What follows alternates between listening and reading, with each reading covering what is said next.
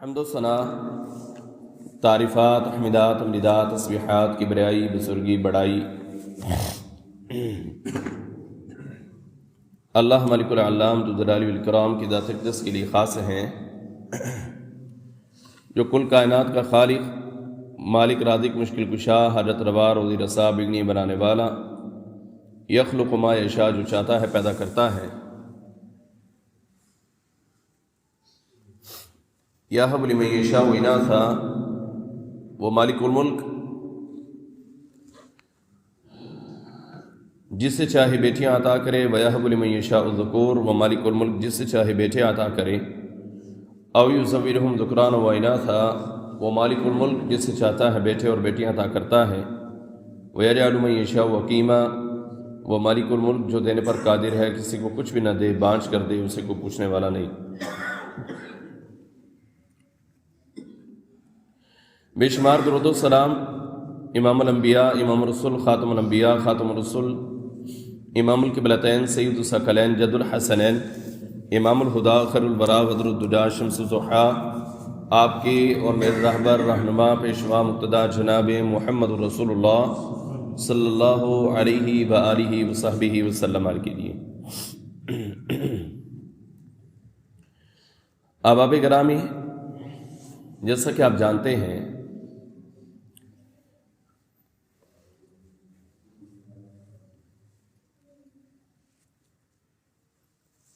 پچھلے جمعہ کے علاوہ باقی خطبات میں ہم اللہ کے نبی صلی اللہ علیہ وسلم کا جو خطبہ مسنونہ ہے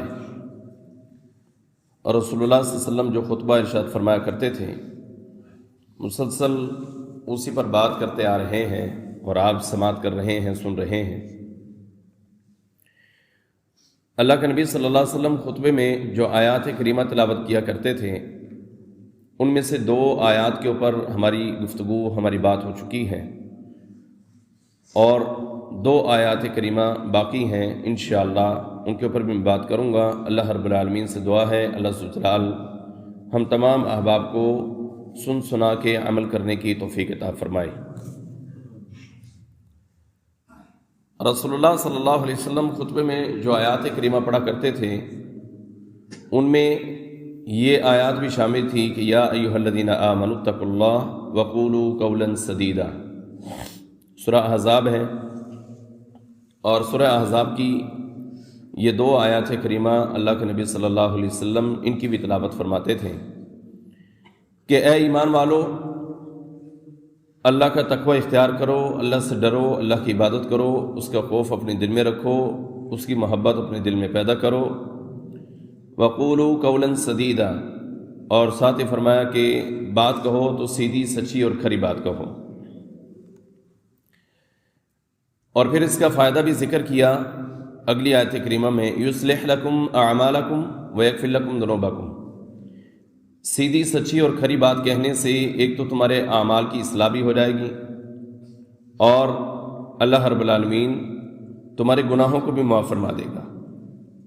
اور پھر فرمایا وَمَن يُطِعِ اللَّهَ وَرَسُولَهُ، جس بندے نے بھی اللہ اور اس کے رسول کی اطاعت کی، فرما برداری کی، فَقَدْ فَازَ فَوْزًا عَظِيمًا، تحقیق وہ کامیاب ہو گیا اور اس نے بہت بڑی کامیابی کو سمیٹ لیا۔ یہ آیات کریمہ بھی اللہ کے نبی صلی اللہ علیہ وسلم اپنے خطبہ کے اندر، وہ جمعہ کا خطبہ ہو یا نکاح کا خطبہ ہو، اس میں آپ علیہ الصلوۃ والسلام تلاوت فرمایا کرتے تھے۔ ان آیات میں اللہ رب العالمین کا ہم لوگوں کو بہت بڑا سبق ہے۔ صحابہ کرام فرماتے ہیں کہ جب بھی اللہ رب العالمین یہ فرماتا ہے یا ایھا الذین آمنوا، تو اے کلمہ پڑھنے والوں اپنے کانوں کو کھڑا کر لیا کرو کہ ہمارے لیے کوئی حکم آ گیا ہے۔ یا ایھا الذین آمنوا، اے ایمان والو، اتقوا اللہ، اللہ سے ڈرو۔ جو اللہ کا تقوی ہے، اس کے بارے میں ہم مسلسل بات کرتے آ رہے ہیں، یہ سب سے پہلے ہے اور سب سے زیادہ ضروری ہے، اس لیے کہ اللہ ہمارا خالق ہے، ہمارا مالک ہے، ہمارا رازق ہے، ہمارا مشکل کشا ہے، ہمارا حاجت روا ہے، ہمارا روزی رسا ہے، اولادیں وہ نوازتا ہے، بارشیں وہ دیتا ہے، تنگیاں وہ دور کرتا ہے، سارے معاملات وہی کرتا ہے، یدبر الامر، ان اللہ علی کل شیء وکیل، ان اللہ علی کل شیء قدیر، ان اللہ علی کل شیء شہید، تو وہ اس لائق ہے، اس کی ذات اس لائق ہے کہ اس کا تقوی بھی پھر ہمارے دلوں میں ہو، اس کا ڈر ہمارے دلوں میں ہونا چاہیے۔ اور اس کے ساتھ ہی فرمایا وقولوا قولا سدیدا، بات کہو سیدھی اور سچی اور کھری بات کہو۔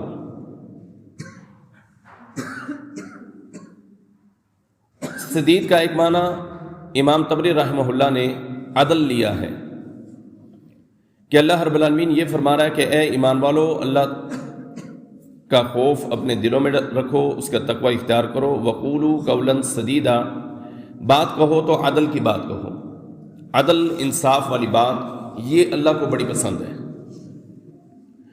اگر دونوں ہی معنی اس کے لیے جائیں، قول سدید سے مراد سچی اور کھری بات اور پھر عدل والی بات، تو دونوں ہی حکم ہمیں، اور اللہ ہمیں یہ باقاعدہ حکم دے رہا ہے۔ قولو صیغہ جو ہے یہ امر کا ہے، اور الامر یقتضی الوجوب، جو امر ہوتا ہے یہ وجوب کا تقاضا کرتا ہے۔ اللہ کہتا ہے تمہارے اوپر یہ واجب ہے کہ تم جب بھی بات کہو سیدھی سچی اور کھری بات کہو۔ اللہ کہتا ہے تمہارے اوپر واجب ہے کہ تم جب بھی بات کہو تو قولوا قولا سدیدا، عدل کی بات کہو، انصاف والی بات کہو۔ مومن سے اللہ کو یہ مطلوب ہے۔ سیدھی سچی اور کھری بات کہنے کا اللہ نے باقاعدہ ہمیں حکم دیا ہے، اور پھر اللہ کے نبی صلی اللہ علیہ وسلم وہ بھی فرما رہے ہیں، صحیح حدیث ہے، علیکم بالصدق، کہ تمہارے اوپر لازم ہے سچائی کا پکڑنا، سچائی کا بولنا، سچی بات کہنا، قول سدید کہنا۔ فرمایا یہ تمہارے اوپر لازم ہے، علیکم، لازم ہے تمہارے اوپر۔ علیکم کا معنی آپ اس طرح سے زیادہ سمجھ سکتے ہیں کہ جب ہم قنوت نازلہ کرواتے ہیں، قنوت نازلہ میں جب اپنے ہاتھوں کو اٹھاتے ہیں اور انتہائی مجبور و مقہور اور مظلومیت کی کیفیت کو لے کر اپنے مالک کے سامنے گڑ گڑاتے ہیں، تو اس میں ہم اپنے دشمن کے بارے میں جو ہے وہ کہہ رہے ہوتے ہیں، اور اللہ کو پابند کر رہے ہوتے ہیں اس بات کے اوپر کہ اللہم علیک بامریکہ، اللہم علیک الیہود، اللہم علیک الہنود، اللہم علیک اسرائیل، اللہ واجب ہے تیرے اوپر کہ ان کو نیست و نابود کر دے۔ جس طرح آپ یہ سمجھتے ہیں، آپ کے علماء یہ سمجھتے ہیں کہ اللہم علیک، علیک لفظ بولنے سے ہم اللہ کو ایک بہت بڑا جو ہے اچیومنٹ اللہ کو دے رہے ہیں، ایک جناب ایک پروگرام اللہ کو دے رہے ہیں کہ اللہ بس ہم ان کے ہاتھوں سے مجبور ہو چکے ہیں، ان کو تباہ کر دے۔ تو اس جگہ پر اللہ کے نبی صلی اللہ علیہ وسلم فرما رہے علیکم بالصدق، اسی طرح تمہارے اوپر بھی لازم ہے کہ موت بھلے آ جائے لیکن سچائی کو نہیں چھوڑنا، موت آ جائے سچائی کو نہیں چھوڑنا، کچھ بھی ہو جائے سچ کو نہیں چھوڑنا۔ علیکم بالصدق، سچائی تمہارے اوپر انتہائی لازم ہے، انتہائی اہم ہے، انتہائی ضروری ہے۔ اور پھر فرمایا کہ اگر تم سچ بولو گے پھر کیا ہوگا؟ ان الصدق یہدی الی الجنہ، سچائی آپ کو جنت کا راہی بنائے گی، سچائی جو ہے یہ آپ کو جنت کا راہی بنائے گی۔ علیکم بالصدق فإن الصدق یہدی الی الجنہ، سچائی انسان کو جنت کے راستے کے اوپر چلا دیتی ہے۔ اور پھر فرمایا وما یزال الرجل یصدق ویتحری الصدق حتی یکتب عند اللہ صدیقا، پھر بندہ اپنے معاملات میں جب سچ بولتا ہے اور پھر سچ بولتے بولتے اسی کے اوپر گامزن رہ جاتا ہے، ہمیشگی اختیار کرتا ہے، کبھی وہ جھوٹ نہیں بولتا، ہر بات کرتا ہے سچ کرتا ہے، جب بھی وہ بولتا ہے وہ سچ بولتا ہے، تو پھر کیا ہوتا ہے؟ حتی یکتب عند اللہ صدیقا، اس بندے کو اللہ اپنے ہاں صدیق شمار کرتا ہے کہ یہ بندہ صدیق ہے۔ سچ بولنے والا جب وہ سچ بولے، ہر بات کہے، سیدھی سچی اور کھری بات کہے، حق کی بات کرے، عدل کی بات کرے، انصاف کی بات کرے، بھلائی کی بات کرے، خیر کی بات کرے، تو حتی یکتب عند اللہ صدیقا، پھر اللہ کے ہاں وہ کیا لکھا جاتا ہے؟ صدیق لکھا جاتا ہے۔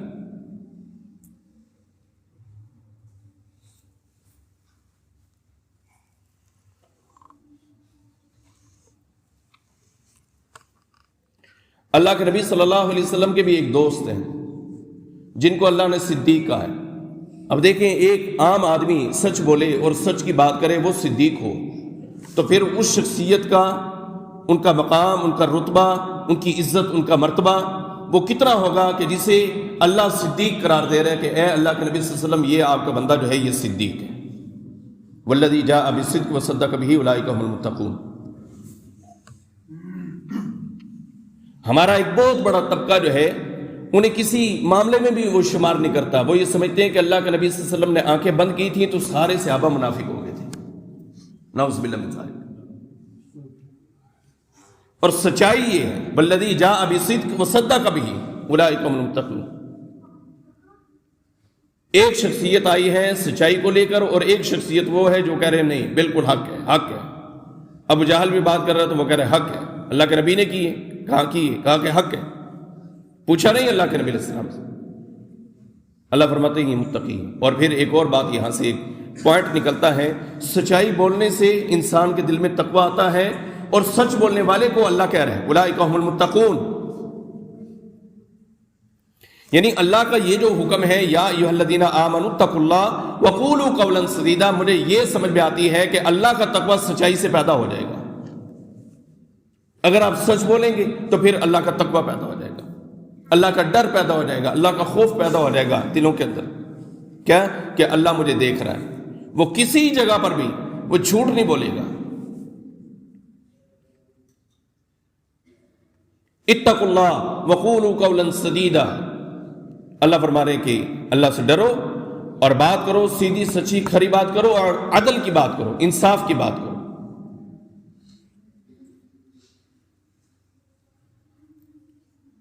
رسول اللہ صلی اللہ علیہ وسلم نے فرمایا اصدقوا اذا حدثتم،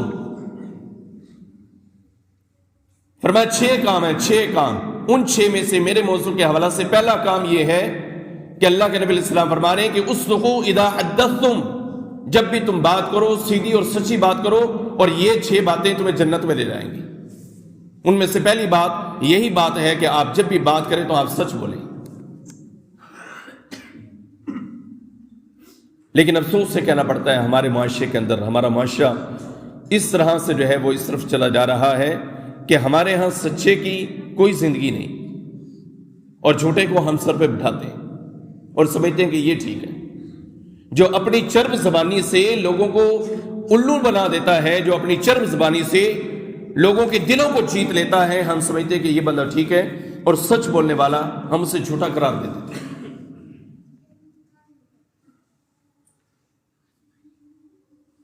لیکن سچ بولنے والا وہ گھبرائے نہیں، وہ ڈرے نہیں، وہ کہیں اس بہکاوے میں نہ آ جائے کہ میں بھی اس کے سامنے سچا ہونے کے لیے چلو جھوٹ بول دیتا ہوں۔ وہ اس طرح کا عمل نہ کرے، وہ اپنی سچائی کے اوپر رہے، اور جب وہ سچائی کے اوپر رہے گا تو سامنے کائنات کے امام محمد رسول اللہ صلی اللہ علیہ وسلم جیسی شخصیت بھی بیٹھی ہوئی اس بندے سے ناراض ہو، لیکن اس کا مالک اس سے راضی ہو۔ یہ پوائنٹ نوٹ کریں، اللہ کے نبی صلی اللہ علیہ وسلم جہاد کے لیے نکلے نا، صحابہ کرام کو کہا کہ میں نکلو، تیاری کرو، صحابہ نکلے، تیار ہوئے۔ تبوک کا موقع ہے، تبوک کا بڑی گرمی تھی، کھجوریں پکی ہوئی تھیں، لمبا سفر تھا، 1 مہینے کی مسافت تھی مدینہ سے نکل کے، پیدل سفر۔ صحابہ کرام نکلے، ان میں سے چند ایک صحابہ ایسے تھے کہ جن کے پاس سواریاں بڑی زبردست قسم کی تھی، اچھی قسم کی سواریاں تھیں کہ چاہے قافلہ آگے نکل جائے، ہمارے کچھ پیچھے کام ہے، ہم وہ نپٹا کے تو اپنی تیز رفتار سواری کے اوپر وہاں تک پہنچ جائیں گے۔ ان کے ذہن میں یہ تھا، لیکن نہ جا سکے، نہ پہنچ سکے، مجبوریاں اس طرح کی آ گئیں، حالات اس طرح کے پیدا ہو گئے کہ وہ نہ جا سکے۔ اللہ کے نبی علیہ السلام تبوک سے ہو کر واپس بھی آ گئے۔ واپس آئے تو نبی علیہ السلام مسجد میں پڑاؤ کیا، صحابہ کرام وہاں پر ہیں، مجلس آپ نے لگائی۔ اب وہاں پر کچھ لوگ آئے اور انہوں نے اپنے اپنے ہیلے تراشے، انہوں نے اپنی باتیں کی، انہوں نے اپنی وجوہات جو ہے وہ اللہ کے نبی صلی اللہ علیہ وسلم کے سامنے رکھی۔ تو نبی علیہ السلام نے فرمایا ٹھیک ہے، آپ ٹھیک کہتے ہیں، جائے، ٹھیک ہے جی۔ وہ چلے گئے۔ ان میں سے 3 صحابہ کرام رضوان اللہ علیہم اجمعین وہ تھے کہ وہ آئے اللہ کے نبی علیہ السلام کے پاس، آ کر بیٹھے اور انہوں نے کہا اللہ کے نبی آپ کے ساتھ نہ جانے کی یا وہاں پر نہ پہنچنے کی کوئی وجہ نہیں، کوئی ہیلا بہانہ نہیں۔ انہوں نے سیدھی بات کہہ دی، سچی بات کہہ دی۔ اب جب ان 3 صحابہ کرام نے وہ سچی بات کہی تو نتیجہ کیا نکلا؟ اللہ کے نبی صلی اللہ علیہ وسلم ان سے ناراض ہو جاتے۔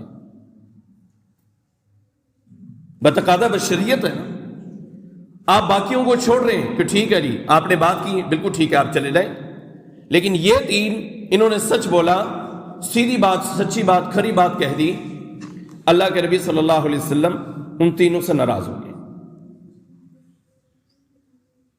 اور اتنا ناراض رہے کہ اس ناراضگی میں 40 دن گزر گئے۔ 40 دن اس ناراضگی میں۔ ان 3 صحابہ میں سے ایک صحابی وہ کہتے ہیں کہ میں بڑے مضبوط اعصاب کا مالک تھا،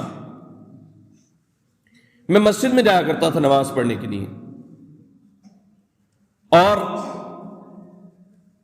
لوگوں کے رویے کو میں دیکھتا تھا، صحابہ کرام کے رویے کو دیکھتا تھا۔ حالت یہ ہو گئی کہ ہماری اپنی زمین ہے لیکن ہم تنگ پڑ گئے، یا زمین ہمارے اوپر تنگ پڑ گئی، ہمیں کوئی جانتا نہیں ہے۔ یہ حالت ہو گئی کہ ہمیں کوئی پہچانتا نہیں ہے، ہم سلام لیتے ہیں پتہ نہیں صحابہ جواب بھی دیتے کہ نہیں دیتے۔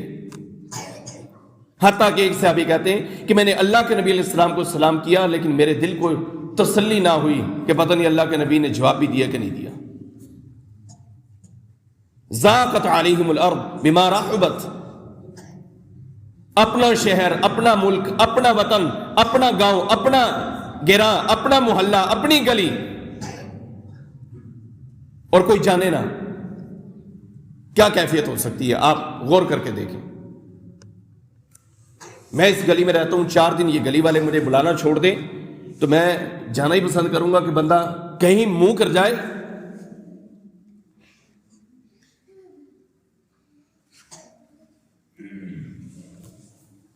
حالت بڑی عجیب سی ہو گئی، کوئی صحابی نہیں بولتے، اللہ کے نبی نہیں بولتے، بات نہیں کرتے، کلام نہیں کرتے۔ 40 دن گزر گئے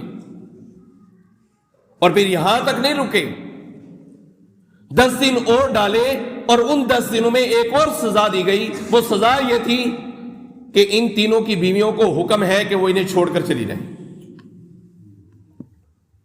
کوئی روٹی پانی، کوئی کھانا، کوئی پینا، کوئی معاملات ان کے ساتھ نہیں کرنے۔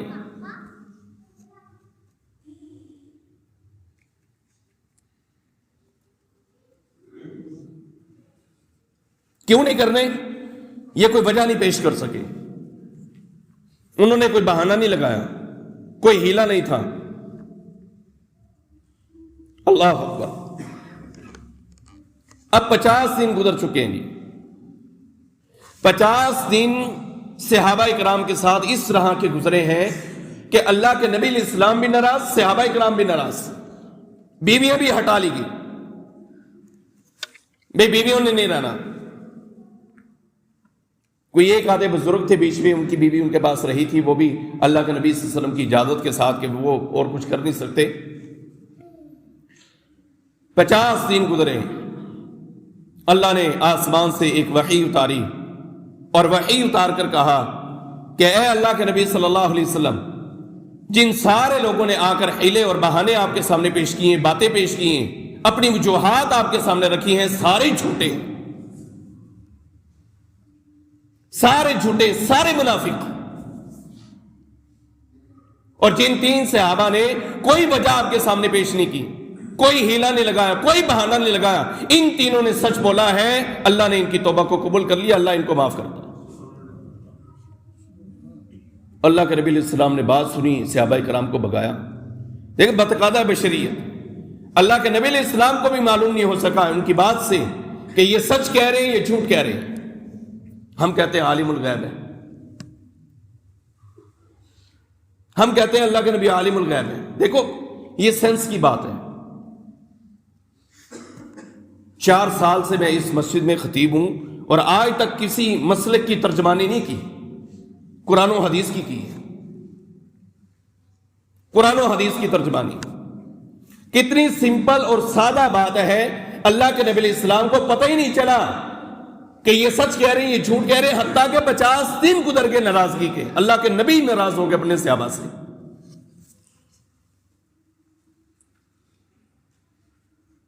اللہ کے نبی علیہ السلام کل کی بات نہیں جانتے میرے بھائی، یہ عقیدہ بنائیں.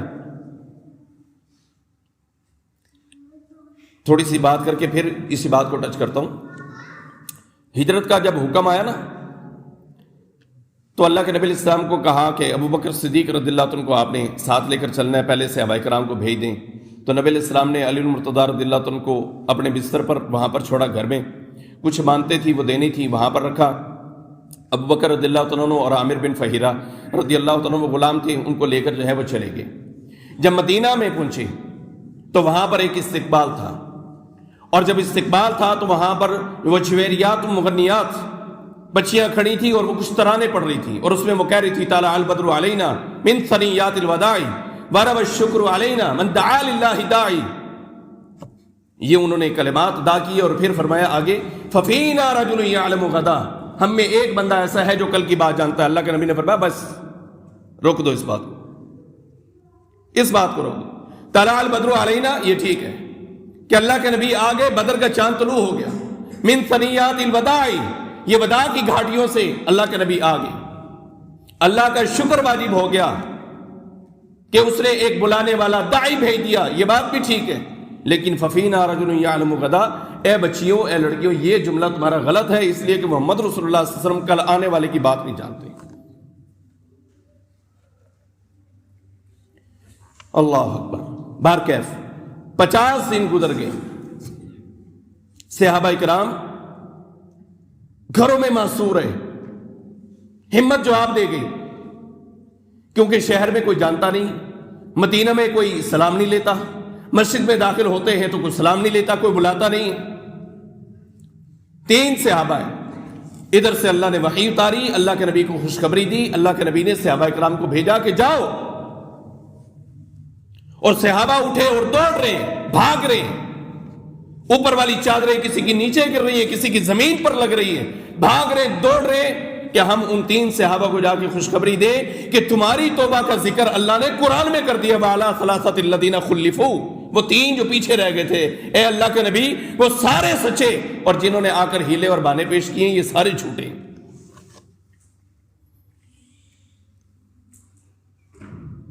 جو پوائنٹ میں نے بولا تھا اب اس پوائنٹ کے اوپر آ جائیں.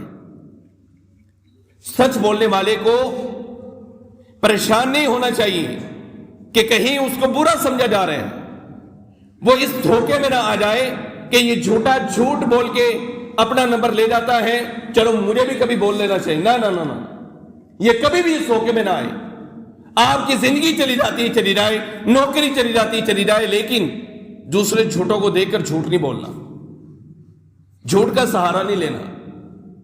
اور پھر یہ صحابی کیا فرماتے ہیں کہ اللہ نے، یہ جملہ بھی نوٹ کریں، اللہ نے ہمیں سچ بولنے کی وجہ سے کامیابی اور نجات دی ہے.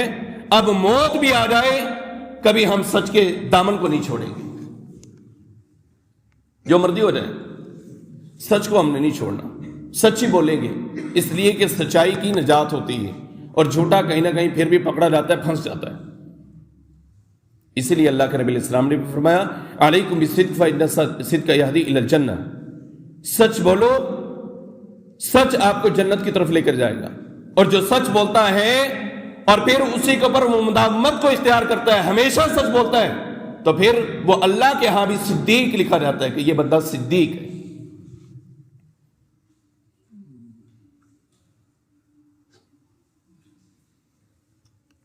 اور صدیق کا اللہ کے ہاں بڑا مقام ہے. فَأُولَٰئِكَ مَعَ الَّذِينَ أَنْعَمَ اللَّهُ عَلَيْهِم مِّنَ النَّبِيِّينَ وَالصِّدِّيقِينَ وَالشُّهَدَاءِ وَالصَّالِحِينَ وَحَسُنَ أُولَٰئِكَ رَفِيقًا. پیچھے حکم کیا ہے؟ مَن يُطِعِ اللَّهَ وَالرَّسُولَ، جو اللہ اور اس کے رسول کی اطاعت کرے گا. فَأُولَٰئِكَ مَعَ الَّذِينَ أَنْعَمَ اللَّهُ عَلَيْهِم مِّنَ النَّبِيِّينَ وَالصِّدِّيقِينَ وَالشُّهَدَاءِ وَالصَّالِحِينَ.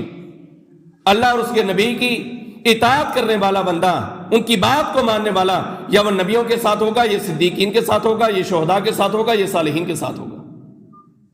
نبیوں کے بعد درجہ صدیقین کا، یہاں پر بھی ایسے، اور ترتیب بعد میں بھی ایسی تھی۔ اللہ کے نبی تھے اور نبی کے بعد صدیق تھے رضی اللہ تعالیٰ۔ ہم کہتے ہیں علی دا پہلا نمبر۔ یار یہ آج کل منطق پتہ نہیں، مجھے بھی آ گئی ہے، سمپل سادی سی بات ہے بھی اللہ قرآن میں کہہ رہے ہیں فَأُولَٰئِكَ مَعَ الَّذِينَ أَنْعَمَ اللَّهُ عَلَيْهِمْ مِنَ النَّبِيِّينَ وَالصِّدِّيقِينَ، نبیوں کے بعد صدیقین کا ذکر کیا، اور اللہ کے نبی علیہ السلام جب دنیا سے رخصت ہوئے اس کے بعد پہلا نمبر کس کا تھا؟ صدیق رضی اللہ تعالیٰ۔ ترتیب ہی ایسے لگتی ہے، نبی کے بعد صدیق ہے، صدیق کے بعد فاروق ہے، فاروق کے بعد سخاوت کرنے والا ہے، اور اس کے بعد شجاعت اور دلیری کے میدان میں اترنے والا ہے۔ یہ ترتیب ہے۔ پتہ نہیں ہم کس اختلاف میں پڑے ہیں، مسلمانوں کو پھاڑ رہے ہیں۔ تو احباب، سچائی جو ہے یہ انسان کے لیے لازم ہے۔ یہ تو ہو گیا خطبہ جو اللہ کے نبی علیہ السلام عام جمعے کا خطبہ دیتے اس میں یاد پڑھتے، اور پھر تھوڑی سی ہم بات کر لیں خطبہ مسنونہ کے حوالہ سے، نکاح کے خطبے کے حوالہ سے، کہ جب نکاح کا خطبہ ہوتا تو اس میں بھی یہ پڑھتے تھے۔ اب نکاح کے خطبے میں بھی ان آیات کریمہ کا تلاوت کرنا اس کا بھی ایک مقصد ہے، کیونکہ اس وقت میں نکاح کے ٹائم میں یا نکاح سے پہلے ہم کچھ معاملات طے کرتے ہیں، لڑکے والے لڑکی والوں کے ساتھ، لڑکی والے لڑکے والوں کے ساتھ۔ اب جب وہ طے کر رہے ہوتے ہیں یا طے کر لیتے ہیں تو اللہ کے نبی چونکہ ایک لڑکی کو ایک لڑکے سے جوڑنے کے لیے، ان کو میاں بیوی بنانے کے لیے نکاح کا ایک خطبہ پڑھتے تھے، اور اس میں اسی لیے فرما رہے اتقوا اللہ وقولوا قولا سدیدا، کڑی والے منڈے والے نہ جھوٹ نہ بولے رہے، منڈے والے کڑی والے نہ جھوٹ نہ بولے رہے۔ یہ بھی ایک پہلو ہے نا اس کا، اتقوا اللہ وقولوا قولا سدیدا۔ شادی کے بعد پتہ چلتا ہے کہ لڑکا 3 بچوں کا باپ ہے، چھپا لیتے ہیں، جھوٹ بولتے ہیں۔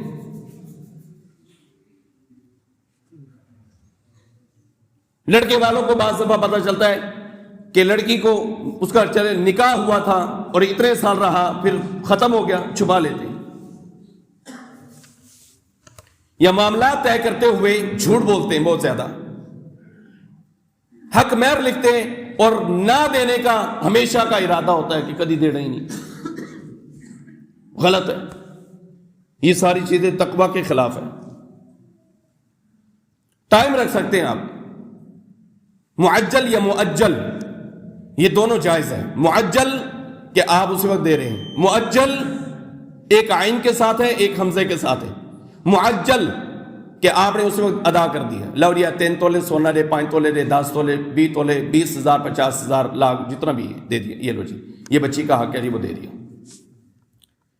اور یہ ضروری ہے حق مہر ادا کرنا، اس کے علاوہ آپ عورت کو اپنے لیے حلال ہی نہیں کر سکتے۔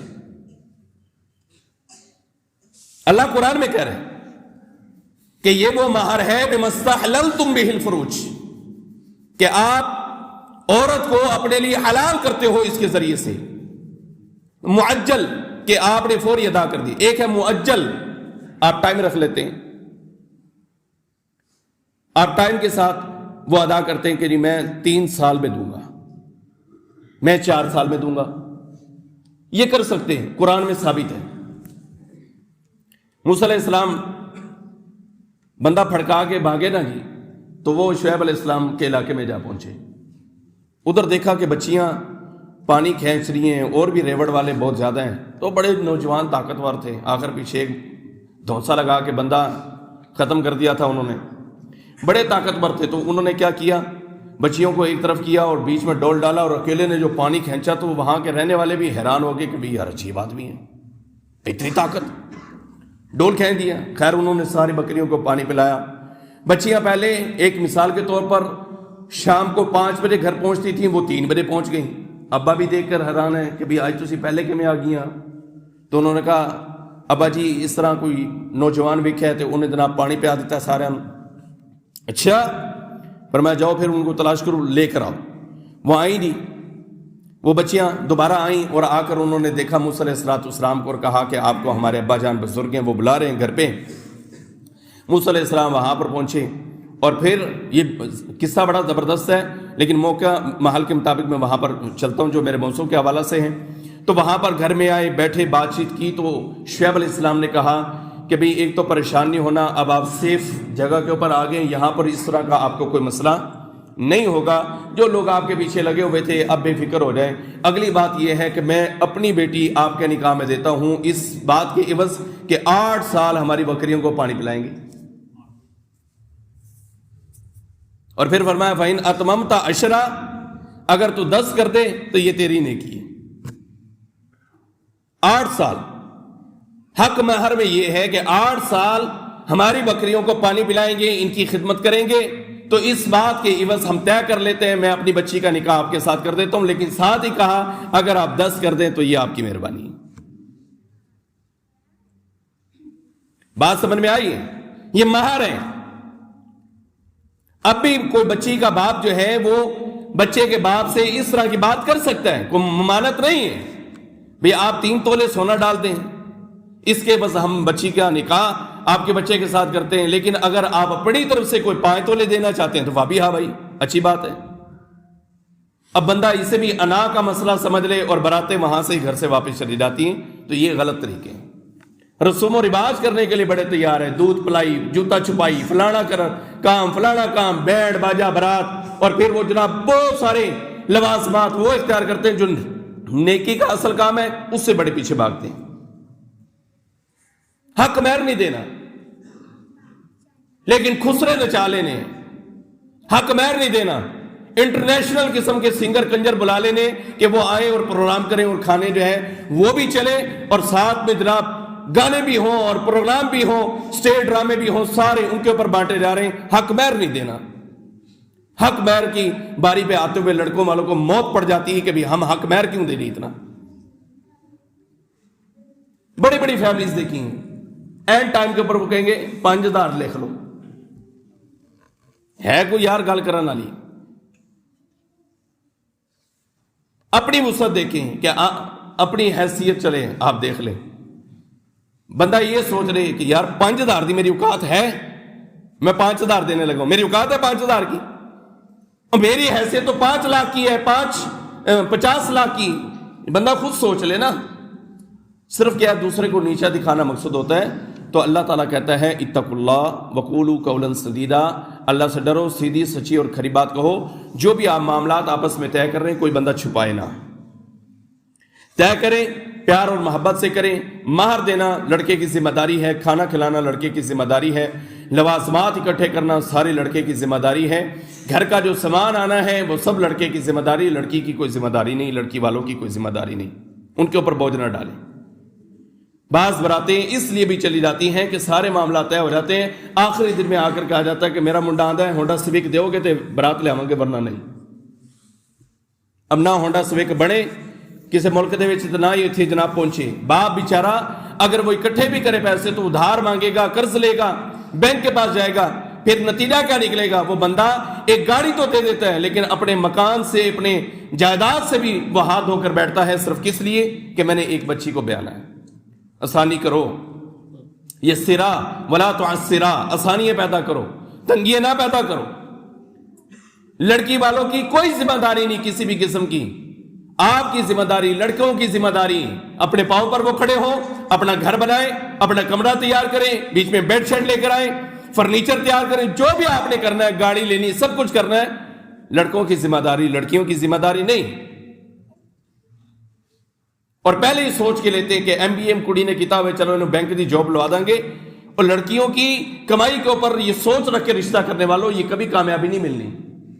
ان کی کمائی میں کون سی جو ہے وہ برکت ہوگی، یا ان کی کون سی ذمہ داری کہ وہ جائیں اور وہ جا کر کمائیں؟ تو یہ سوچ ہمیں چھوڑنی چاہیے، ہمیں سیدھے اچھے طریقے سے رشتے جو ہے وہ طے کرنے چاہیے۔ ان کے اوپر کئی مرتبہ بات ہو چکی ہے کہ دین والی کو آپ ترجیح دو گے تو آپ کا خاندان دیندار جو ہے وہ پیدا ہو جائے گا۔ اللہ سے دعا ہے اللہ